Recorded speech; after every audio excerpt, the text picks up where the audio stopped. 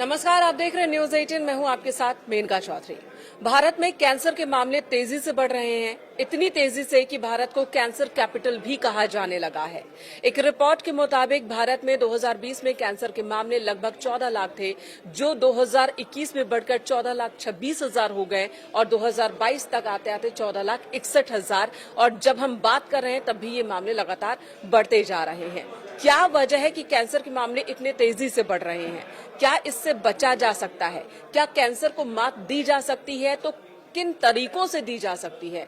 इन्हीं मुद्दों पर बात करने के लिए इस वक्त हमारे साथ देश के जाने माने कैंसर सर्जन अंशुमन कुमार जी मौजूद हैं। बहुत बहुत स्वागत है अंशुमन जी आपका। एक बार फिर से आपसे बातचीत हो रही है। मुद्दा गंभीर है। रिपोर्ट कैंसर को लेकर जिस तरह से सामने आ रही है वो डराने वाली है। आप लंबे वक्त से कैंसर के प्रति लोगों को अवेयर भी कर रहे हैं, ट्रीटमेंट भी कर रहे हैं। एक हफ्ते पहले जो वेल्स की राजकुमारी है केट मिडलटन, उन्होंने बताया कि वो कैसे कैंसर से जूझ रही हैं।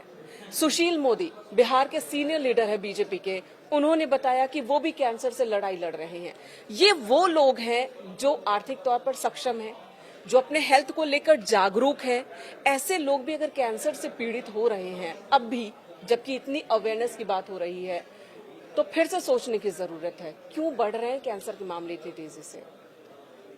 बिल्कुल, शुरुआत यहाँ से हम करें तो बेहतर होगा कि कैंसर क्या है। आमतौर पर लोग समझते हैं कैंसर की बीमारी है और वहीं पे बात खत्म हो जाती है। सबसे समझना ये जरूरी है, शरीर के अंदर अपने अंग की कोशिकाओं का असामान्य उद्देश्य विहीन बेतरतीब बढ़ोतरी होने लगे। ठीक है। और उसमें क्षमता ऐसी आ जाए कि एक अंग से दूसरे अंग में ये कोशिकाएं जा सकती है। नॉर्मली ये कोशिकाएं जाती नहीं है, उसको कैंसर कहते हैं।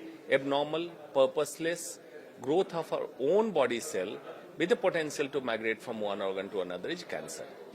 तो सबसे पहले ये समझना है कहीं बाहर से कुछ नहीं आया है, बाहर से सिर्फ इसको संकेत मिला कि कैंसर सेल बन जाओ, और कोशिकाएं अंदर की रही और एबनॉर्मल हो गई। जैसे मान लीजिए कि आपके समाज से कोई आतंकवादी बन जाए, तो आपके समाज का ही व्यक्ति था, लेकिन आतंकवादी बनने के बाद समाज को ही मारना शुरू किया और फिर एक स्टेट से दूसरे स्टेट, एक कंट्री से दूसरे कंट्री भागना चालू किया, आप उससे डरने लगे, ये कैंसर है। तो इसी तरह से समझे कि आपकी कोशिकाओं को हुआ क्यों, आपसे विद्रोही हुए क्यों कोशिकाएं। बिल्कुल, वो कौन सी वजह है जिसने हमारी कोशिकाओं को ये उग्र कर दिया, या फिर आपकी भाषा में कहें तो आतंकवादी बना दिया? जी, ये समझना जरूरी, तब हम समझेंगे कि वेल्स की राजकुमारी को या नेताओं को कैंसर क्यों हुआ, अगर जागरूक हैं। ये कहना को जागरूक हैं, मैं इससे सहमत नहीं हूँ। वो बड़े सतही तौर पे जागरूक हैं, जो आम तौर पे डॉक्टर्स बता देते हैं कि ये कारण है, जैसे शराब, सिगरेट, तंबाकू, इसकी तो बात मान गए हो। लेकिन उनका क्या, जो छुपे हुए विलेन आपके समाज में, आपके घर में, आपके वातावरण में चारों तरफ थे, जिसमें वातावरण का प्रदूषण, जल प्रदूषण, वायु प्रदूषण, खाद्य प्रदूषण, heavy metals, plastics, PFAS substance, fertilisers, insecticide, fast food, pizza, burger, circadian rhythm disturbance. मैं इलेबोरेट करूंगा इसको बाद में। मतलब एबनॉर्मल टाइम पे सोना, एबनॉर्मल टाइम पे जगना। क्या लगता है आपको नेताओं की लाइफ ऐसी है कि सही समय पे सोते हैं, पूरी रात जगते हैं, दिन में सोते हैं? तो आप ये कह रहे हैं कि स्ट्रेस और गलत समय पे सोना उठना, उससे भी कैंसर हो सकता है? जी बिल्कुल। उससे कैसे हो? जी, अब चलिए पहले सोने पे कर लेते हैं। नर्सेज स्टडी हुई यूनाइटेड किंगडम में, जिसमें रिक्रूट किया गया, पहले तो नर्सेज को रिक्रूट किया गया, फिर बाकी कामकाजी महिलाओं को जो रात में काम करती हों, दिन में सोती हों। देखा गया बहुत सारे हेल्थ इश्यूज हैं, उसमें साथ में ब्रेस्ट कैंसर का चांस कई गुना ज्यादा बढ़ा था। बाद में बहुत लंबी स्टडी के बाद पता चला कि एबनॉर्मल सर्कैडियन रिदम, मतलब कि सूर्यास्त के जितनी देर बाद सोते हैं आप, या पूरी रात जगे रहते हैं, और सूर्योदय के जितने देर बाद तक सोते रहते हैं, तो ब्रेन में एक हार्मोन सेक्रेट था मेलेटोनिन एबनॉर्मल होगा, और पिट्यूटरी जो master of all the hormonal gland है, उसका मास्टर होता है, एबनॉर्मल होगा। आपके हार्मोनल इम्बैलेंस आपके बॉडी में कराएगा। हार्मोनल इम्बैलेंस फीमेल में खास करके एस्ट्रोजन प्रोजेस्टेरोन का इम्बैलेंस ब्रेस्ट कैंसर का रिस्क बढ़ाएगा, ओवेरियन कैंसर का रिस्क बढ़ाएगा, एंडोमेट्रियल कैंसर का रिस्क बढ़ाएगा। तो ये स्टडी में प्रूव हो गया। तो लोगों को लगता था ये बड़ी छोटी सी बात है, लेकिन छोटी बात नहीं है, गंभीर समस्या है सर्कैडियन रिदम का abnormality. Similarly stress, mental stress and physical stress. अगर आपकी नींद पूरी नहीं होती है तो फिजिकल स्ट्रेस, किसी भी तरह का तनाव। अब तनाव कहिएगा, क्या इंसान बिना तनाव के रह सकता है? Absolutely not, absolutely not. तनाव होगा काम करेंगे तो, लेकिन ऑप्टिमम स्ट्रेस काम के लिए जरूरी है, लेकिन persistent, long standing and repetitive, मतलब बार बार हो, लगातार बना रहे और लंबे समय तक बना रहे, ये आपके लिए खतरनाक है। कैसे? मेंटल स्ट्रेस जब होगा आपको तो reactive oxygen species ROS cell के अंदर जनरेट होगा, सेल को डैमेज करेगा, DNA को डैमेज करेगा, लेकिन बॉडी का डिफेंस मैकेनिज्म उसको करेक्ट करेगा। बार बार डैमेज होते होते एक दिन ये कैंसर का रूप ले लेगा और कैंसर तैयार होने लगेगा। आप सोचेंगे मेरी लाइफस्टाइल बहुत बढ़िया है। वाकई वाकई। और स्ट्रेस के बिना हम उम्मीद ही नहीं कर सकते हैं कि कोई भी जिंदगी जी रहा हो। स्पेशली अब तो स्कूल के जो बच्चे हैं उन्हें भी स्ट्रेस है।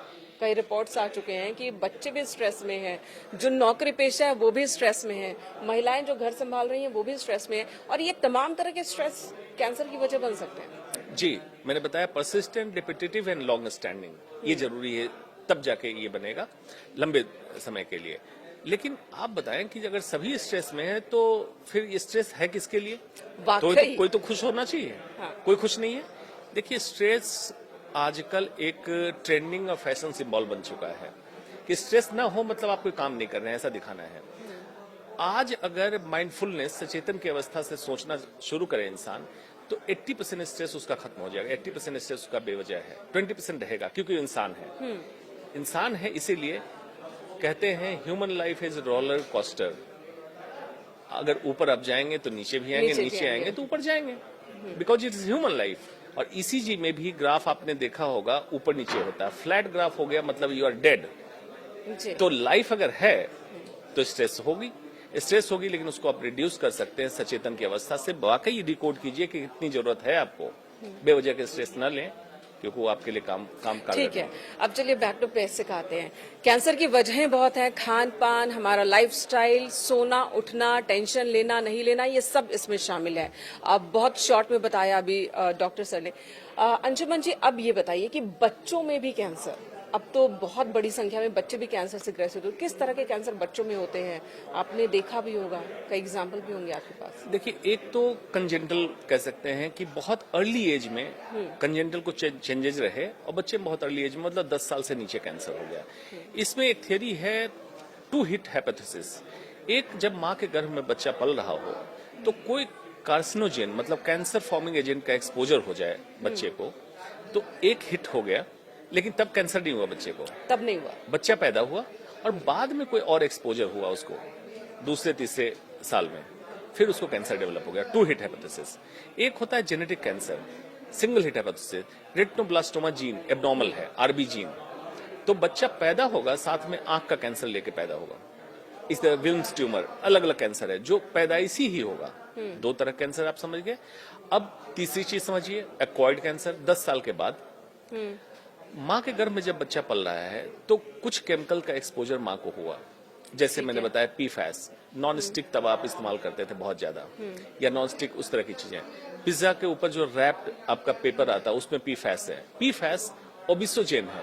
ओबिसोजेन मतलब मोटापा कराने का तत्व, लेकिन इसमें कैलोरी नहीं है, आपने कोई एनर्जी के लिए नहीं खाया, लेकिन ये मोटापा करा रहा है। और साथ में कार्सिनोजेन भी है, ओबिसोजेन एंड कार्सिनोजेन। ये प्लेसेंटा के थ्रू जाता है, बच्चों पे असर करता है, और ये बच्चा अपने बॉडी में इस केमिकल को लेके पैदा होता है। एक समय के बाद, क्योंकि बच्चा का ग्रोइंग सेल होता है, बहुत जल्दी कैंसर का रूप लेता है। इसीलिए PFAS को कहा था फॉरएवर केमिकल, मतलब ऐसा केमिकल जो सदैव रहेगा। आप बोल रहे हैं कि ये एक्सपोजर तब हुआ है जब बच्चा गर्भ में है, गर्भ में था, और जब बच्चा खुद जो बड़े हो गए हैं, जो पिज्जा खा रहे हैं, सेवन कर रहे हैं जी, उनमें भी इसी तरह से जी। अब मैं उस पे आ रहा हूँ। अब मान लीजिए कि एक है कि आपको एक्सपोजर नहीं हुआ, अब बच्चे बड़े हुए, अल्ट्रा प्रोसेस्ड फूड खा रहे हैं। अल्ट्रा प्रोसेस्ड फूड आप कह सकते हैं, जिसको मैं कहता हूँ पॉइजन। और ब्राजील का एक क्लासिफिकेशन आया कि फूड को कैसे क्लासिफाई करो, NOVA classification, NOVA 1, NOVA 2, NOVA 3, NOVA 4। NOVA 4 is ultra processed food. वो फूड जिसको फैक्ट्री से ऐसा तैयार कर दिया गया जिसमें कि एज सच उसका कॉम्पोनेंट नहीं रहा, मतलब गेहूं, चावल, इसको रिफाइंड करके मैदा ऐसा बनाया गया, न उसमें फाइबर है, न एंटीऑक्सीडेंट, न मल्टीविटामिन है। बच्चे ये खाने लगे, उसमें ग्लाइसेमिक लोड बहुत ज्यादा हुआ, मतलब जब आप खाए तो कार्बोहाइड्रेट की मात्रा बहुत ज्यादा थी। हाई कार्बोहाइड्रेट, ओबेसिटी, इंसुलिन एक हार्मोन है जो शुगर को कंट्रोल करता है, वो पीक पकड़ा और कैंसर सेल ग्रो करने लगा। आप जब प्लास्टिक के डब्बे में ऐप बेस्ड खाना मंगवाते हैं, बिस्फेनॉल A और थैलेट्स लीच किया, बच्चा खाना खाया, फ्रिज में रख दिया, फिर अगले दिन माइक्रोवेव में गर्म किया और केमिकल लीच हुआ, कैंसर का कारक। आपके घर में नॉन स्टिक तवा, नॉन स्टिक पैन है, प्लास्टिक की बोतलें हैं, इससे भी थैलेट्स बीएसए रिलीज हुआ, कैंसर का कारक। वातावरण का प्रदूषण, सब्जियों में हैवी मेटल्स का होना, इंसेक्टिसाइड फर्टिलाइजर का होना, और अर्ली एज में जितना एक्सपोजर होगा उतना ये ज्यादा डेंजरस होगा।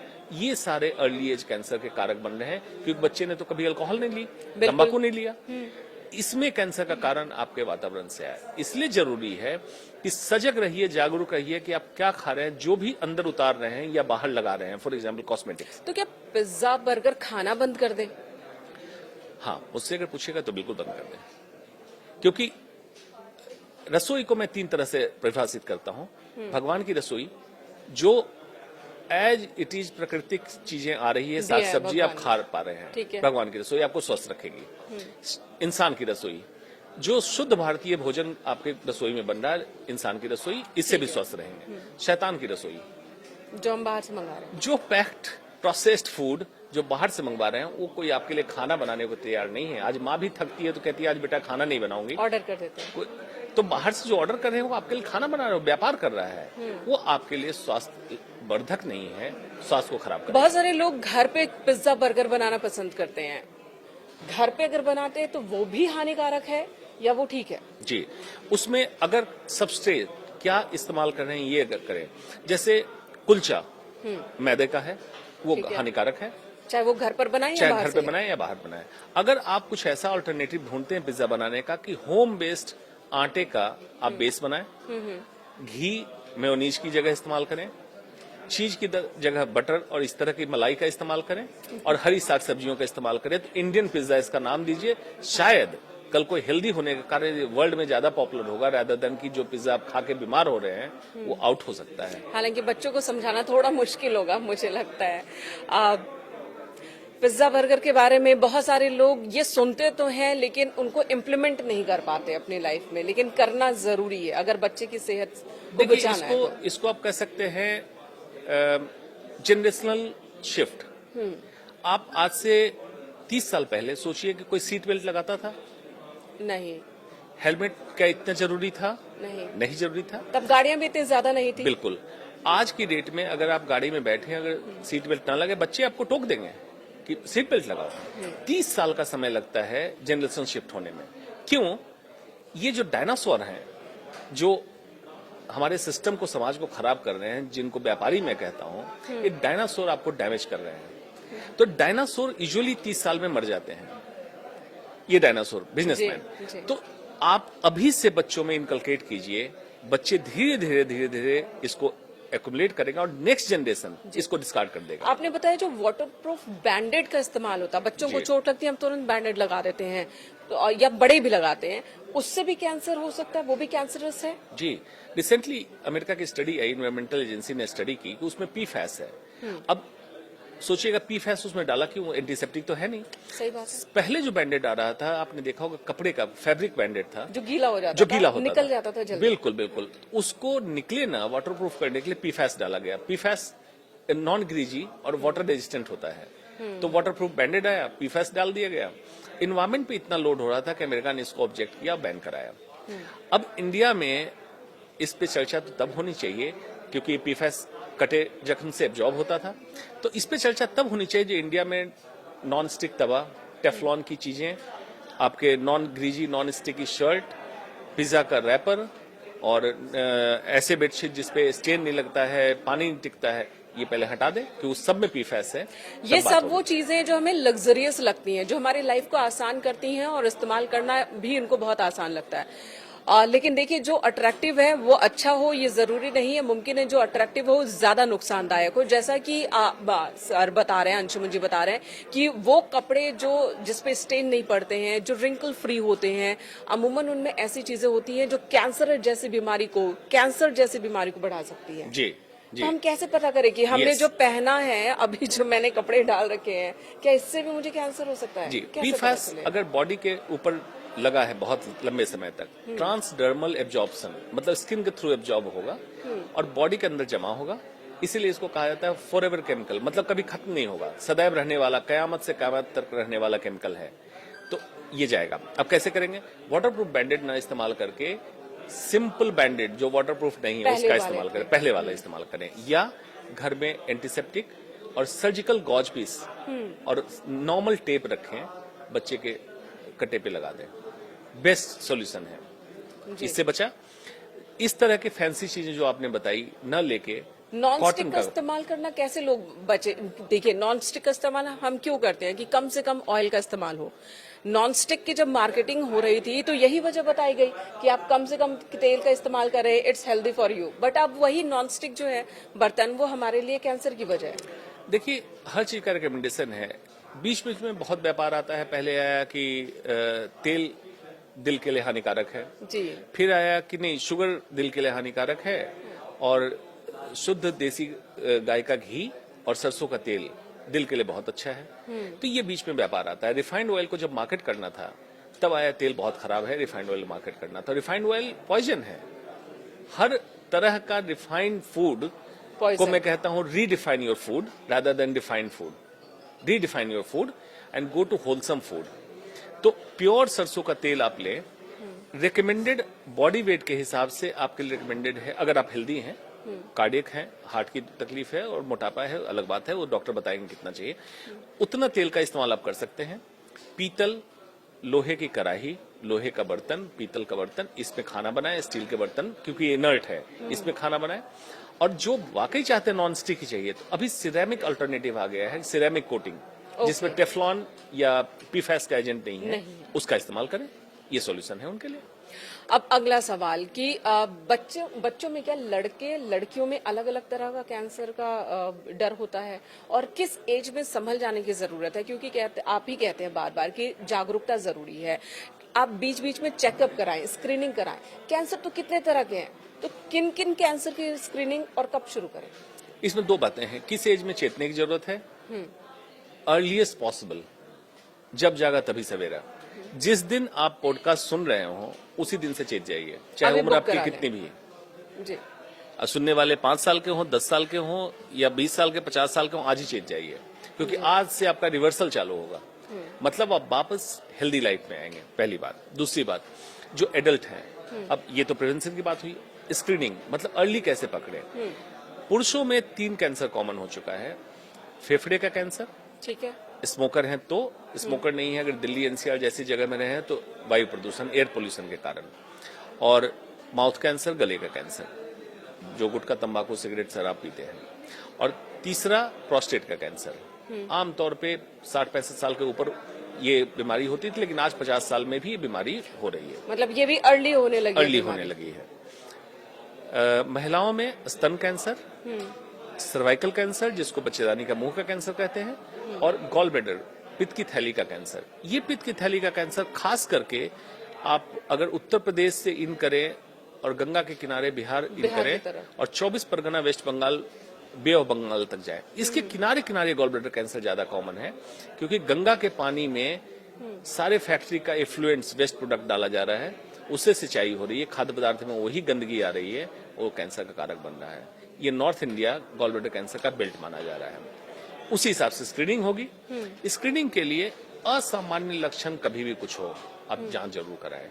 असामान्य लक्षण का मतलब क्या है कि जो आपके दिनचर्या में नहीं हो रहा था, इंडाइजेशन, एसिडिटी, खाने में दिक्कत, आवाज में बदलाव, एबनॉर्मल ब्लीडिंग जैसे रक्तस्राव का होना, मेंस्ट्रुअल साइकिल का लाभ कभी हो जाए, संपर्क के समय हो जाए तो जांच कराएं। कोई शरीर में कोई गांठ हो, ठीक है, कोई छाला हो जो भरता नहीं हो, तब तो जांच कराएं। असामान्य लक्षण। दूसरा, इन जनरल स्क्रीनिंग रिकमेंडेड है कि इसमें कब करना है। हर महिला को 40 साल से ऊपर ब्रेस्ट कैंसर की स्क्रीनिंग करानी है, या तो मेमोग्राफी से या सोनोग्राफी से, या कभी कभी डॉक्टर बताएंगे एमआरआई से। ठीक है। स्तन कैंसर कोई कंप्लीट पैकेज भी है क्या, या आने वाले भविष्य में हो सकता है क्या? देखिए, कंप्लीट पैकेज इसलिए संभव नहीं है कि जेंडर के हिसाब से और उम्र के हिसाब से स्क्रीनिंग होती है। ऐसा नहीं कह सकते हैं कि एक जांच कुछ कर दो पूरे शरीर का, मेल हो फीमेल हो, सब में कैंसर डिटेक्ट हो जाए, ऐसा नहीं होता है। तो स्तन का एक हो गया। सर्वाइकल कैंसर, शादी या संबंध जब स्थापित होने लगा उसके 10 साल बाद पैप स्मीयर जरूर कराएं, एचपीवी डीएनए चेक करें। उसका फायदा ये होगा कि अगर एचपीवी डीएनए मौजूद है और प्री कैंसर के स्टेज में है वहां से हम रिवर्स कर सकते हैं, सर्वाइकल कैंसर रोकने से बचा सकते हैं या अर्ली कैंसर पकड़ सकते हैं। सर्वाइकल कैंसर हो गया। अब gall bladder cancer, simple ultrasound. आमतौर पे महिलाएं गैस की समस्या, एसिडिटी लेके छोड़ देती हैं। बेसिक अल्ट्रासाउंड कराएं, 2 चीज चेक कराएं, लिवर, गॉल ब्लैडर और ओवरी। अगर ये ठीक है तो आपको डिस्पेप्सिया मतलब ये इंडाइजेशन की तकलीफ सिंपल होगी, दवा ले लें। पुरुषों में सीरम PSA जो प्रोस्टेट कैंसर को बताएगा। अगर स्मोकर हैं या पोल्यूशन वाली जगह पे रहते हैं, एक्सरे चेस्ट फेफड़े कैंसर के लिए।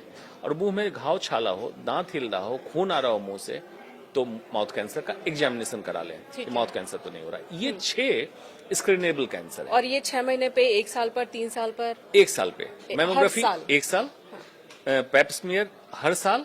अगर 3 पेप स्मीयर नेगेटिव है, मतलब उसमें कोई एबनॉर्मलिटी नहीं आई, तो एवरी 3 इयर्स पेप स्मीयर कराएं। ओके।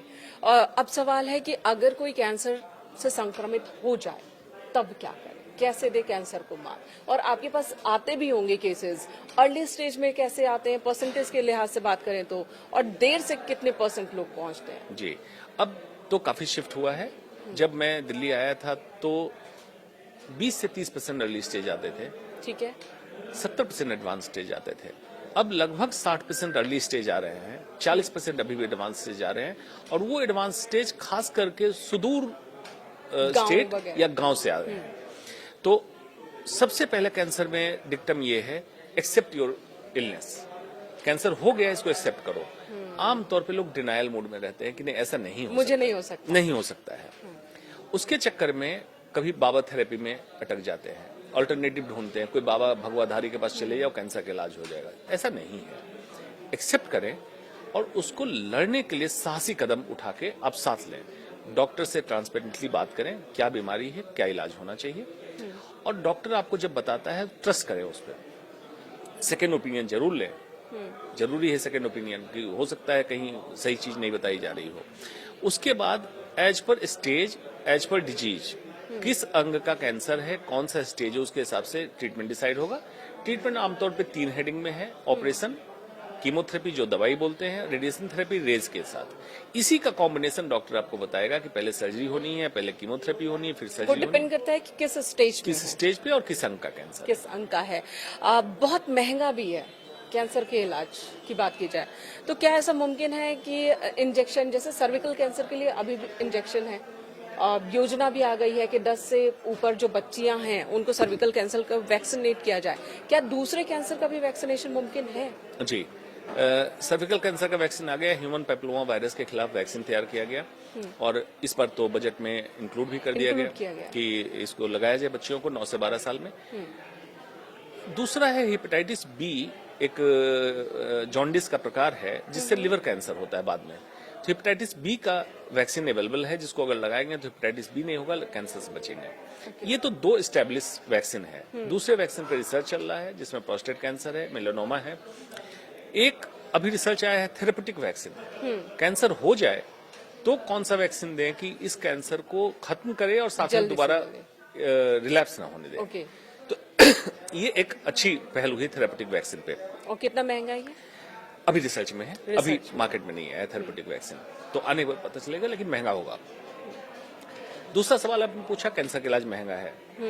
महंगी की बात तब आती है कि सरकारी संस्थानों में इलाज क्यों नहीं है। बड़ा सवाल है, बड़ा सवाल है। एक न्यू नॉर्मल आपने मान लिया कि कैंसर का इलाज सिर्फ प्राइवेट में ही होगा, ऐसा क्यों? सरकारी संस्थान में क्यों नहीं हो रहा है? तो क्या है, अभी नहीं है, क्या है? सरकारी अस्पतालों में कैंसर की ट्रीटमेंट की क्या व्यवस्था है भारत? कैंसर के ट्रीटमेंट कुछ सरकारी अस्पताल में उपलब्ध है, या तो वेटिंग लिस्ट लंबी है, दवाइयां नहीं है, तो उसको करेक्ट करने की जरूरत है। ये जरूरत इसलिए है कि मैं हर समय पूछता हूं, cancer is it a personal responsibility और पब्लिक हेल्थ? क्या अभी तक ये पर्सनल है। हाँ, तो ये क्या हमने खरीदा है? अगर शराब तंबाकू नहीं लिया तो कैंसर हुआ क्यों? तो ये पब्लिक हेल्थ इश्यू है। आपके वातावरण का प्रदूषण, फूड कंट्रोल जो होना चाहिए, एजेंसी को लगाम लगाना चाहिए फूड प्रोडक्ट पे, फूड एडल्ट्रेशन पे, वो लगाम नहीं लगा। प्लास्टिक के बेतरतीब इस्तेमाल को नहीं रोका गया, और दूसरे की प्रॉब्लम से, इंडस्ट्री की प्रॉब्लम से हमें कैंसर हो रहा है, तो पब्लिक हेल्थ इश्यू है। तो ये कब तक होगा भारत में कि इसे पब्लिक इश्यू माना जाएगा? जब तक पॉलिटिशियन नहीं सुधरेंगे और हेल्थ स्वास्थ्य प्राथमिकता नहीं होगी, तब तक नहीं होगा। यानी कि आप कह रहे जो मैनिफेस्टो होती है राजनीतिक दलों की, उस मैनिफेस्टो का हिस्सा कैंसर को बनाना चाहिए। एग्जैक्टली जो बिडेन जब अपने इलेक्शन के लिए कैंपेन कर रहा था, उसके मैनिफेस्टो, अमेरिका का जो अभी प्रेसिडेंट है, तो उसके मैनिफेस्टो का 4th पॉइंट था, I will try to eradicate cancer from America. ये होता है डेवलप्ड कंट्री का। ये और क्या बिल्कुल इंडिया में नहीं संविधान कर में सकते? अधिकार भी है Exactly. और कर्तव्य है। Right ये to health. Right to health हमारा Yes. अधिकार है और सरकार का ये कर्तव्य है कि वो हमें ऐसा वातावरण दे जहां पर हम खुद को स्वस्थ और सुरक्षित रख सकें। खैर, अब वापस आते हैं। कैंसर आपने बताया कि पहले हमें बचना है उससे। अगर हम ग्रसित होते हैं, संक्रमित होते हैं, तो हमें उसके इलाज के लिए आगे बढ़ना है, खुलकर आगे बढ़ना है। क्या कोई इस तरह से इलाज हो सकता है कि कैंसर वापस ना हो, और कितने % चांस होते हैं कि वापस आ जाए? ये डिपेंड करता है किस जगह कैंसर है और कौन से स्टेज में पकड़ा है। स्टेज 1 कैंसर आमतौर पे क्यूरेबल है, वापस नहीं आएगा। ठीक है। बाकी में कीमोथेरेपी उसके सर्कुलेटिंग ट्यूमर सेल को किल करता है, वापस आने की क्षमता कम करता है। रिसेंटली टाटा मेमोरियल हॉस्पिटल ने रिसर्च करके कॉपर रिवर्सट्रोल का एक कॉम्बिनेशन निकाला, जी। जो वैसे कैंसर सेल जिसके क्रोमेटिन, उसके क्रोमोसोम का हिस्सा टूट के दूसरे नॉर्मल सेल को इन्फेक्ट कर सकता था, उसको रोक रहा है, मतलब रिलैप्स को रोक रहा है। तो इस पे काम चल रहा है और जीन थेरेपी आने वाली है जिसका रिलैप्स रोकने में काम होगा। तो हो सकता है रिलैप्स कैंसर के डिक्शनरी से खत्म हो जाए, ये भी संभावना जल्दी आने वाली ये है। अच्छी बात आपने बताई है, अच्छी खबर बताई है। आयुर्वेद में इलाज संभव है कैंसर का? पहले तो ये समझ लें आयुर्वेद क्या है। आयुर्वेद भारत की एक स्वास्थ्य प्रणाली है और बहुत ही वैज्ञानिक स्वास्थ्य प्रणाली। लेकिन अफसोस बस कुछ भगवाधारी व्यापारियों ने इस पे कब्जा कर लिया है और जिसने आयुर्वेद को सबसे ज्यादा डैमेज किया। पढ़े लिखे डिग्रीधारी आयुर्वेद के वैद्य आज भी फॉल्स क्लेम नहीं कर रहे हैं कि कैंसर का समुचित इलाज आयुर्वेद में है, और ये सच है। आयुर्वेद में कैंसर प्रिवेंशन पे बहुत अच्छा कंट्रीब्यूशन है आयुर्वेद का, हो सकता है अगर उसको तसल्ली से करें। कैंसर रिलैप्स पे आयुर्वेद का अच्छा रोल है और कैंसर के ट्रीटमेंट में होने वाले साइड इफेक्ट्स आयुर्वेद का अच्छा रोल आ सकता है। तो जरूरत क्या है? होलिस्टिक अप्रोच की, होलिस्टिक हेल्थ केयर अप्रोच की। मॉडर्न मेडिसिन का डॉक्टर आयुर्वेद के क्वालिफाइड डिग्रीधारी वैद्य के साथ मिले और कैंसर मरीज का डे 1 से साथ साथ इलाज करे, कैंसर का आउटकम बदल जाएगा। आज के सैलोज में मॉडर्न मेडिसिन के हॉस्पिटल में मॉडर्न मेडिसिन का डॉक्टर इलाज किया, बेचारा मरीज इस डर से कि कहीं और कुछ रास्ता मिल जाए भटकता रहता है और किसी व्यापार के चक्कर में पड़ जाता। ये आयुर्वेद नहीं है, इससे इलाज नहीं हो सकता है। आखिर मैं आपसे चाहूंगी कि आखिर में आप जो आम पब्लिक है, जो खुद को स्वस्थ मान रहे हैं, मेरे और हमारे बहुत सारे दर्शकों के जरिए की तरह ही, वो क्या करें सुबह से शाम तक कि कैंसर से वो दूर रहें? शॉर्ट अच्छा सवाल किया है। सबसे पहले मैं कहूंगा कि हेल्थ केयर जो बोलते हैं हॉस्पिटल को, उसका नाम सिक केयर कर देना चाहिए, क्योंकि वहां पे वेलनेस सेंटर नहीं है। हेल्थ मतलब स्वास्थ्य और स्वास्थ्य का केयर, तो स्वस्थ व्यक्ति के स्वास्थ्य का केयर ही करना चाहिए। आयुर्वेद में कहा गया है स्वस्थस्य स्वास्थ्य रक्षणम, स्वास्थ्य व्यक्ति की स्वास्थ्य की रक्षा करना ही हमारा धर्म है जी। तो ये होना चाहिए। और ministry of health and family welfare, स्वास्थ्य एवं परिवार कल्याण मंत्रालय का नाम ministry of disease and illness program रख देना चाहिए, क्योंकि वहां भी वेलनेस प्रोग्राम की कोई जगह नहीं प्रिवेंशन पे। तो स्वस्थ व्यक्ति के लिए मैं कहता हूं सुबह उठें, टूथपेस्ट ब्रश का इस्तेमाल बंद कर दें, उसमें भी ट्रैक्लोसोन और सोडियम लॉरियल सल्फेट है जो कैंसर का कारक है। नीम बबूल का दातुन ले, जो मैं करता हूं वही बताऊंगा जी। और ये आपके लिए स्वास्थ्यवर्धक है। शैम्पू का इस्तेमाल बंद कर दें। रिसेंटली आप लोगों ने भी प्रोग्राम किया था, शैम्पू से, हेयर स्ट्रेटनर से कैंसर हो रहा है, बंद कर दें।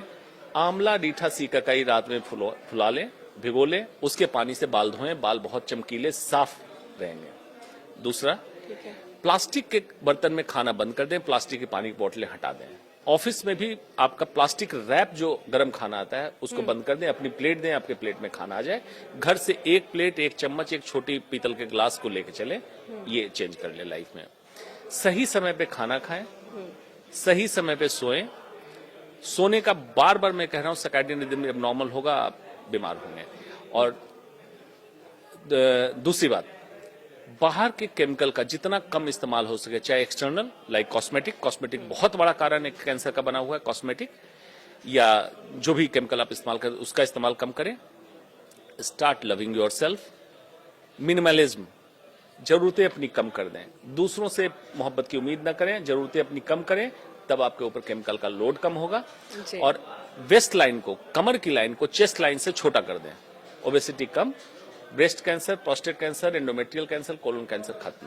ये 5-6 टिप्स आप कर लें, बाकी टिप्स पॉडकास्ट में कमेंट कीजिएगा, अगली बार बताऊंगा। बिल्कुल, और सही समय पर उठे, सही समय पर सोएं, पूरी कोशिश करें। लाइफस्टाइल जाहिर सी बात है बहुतों की बहुत अलग अलग होती है, कोशिश करें कम से कम खुद को परेशान करने की। बहुत बहुत धन्यवाद अंशुमन जी आपका हमारे साथ जुड़ने के लिए, पॉडकास्ट का हिस्सा बनने के लिए। दर्शकों के लिए उम्मीद है कि आपकी ये सारी बातें और जो नसीहत आपने दी है वो फायदेमंद साबित हो। बहुत बहुत धन्यवाद आप सभी का। यहाँ रुकेंगे एक ब्रेक के लिए।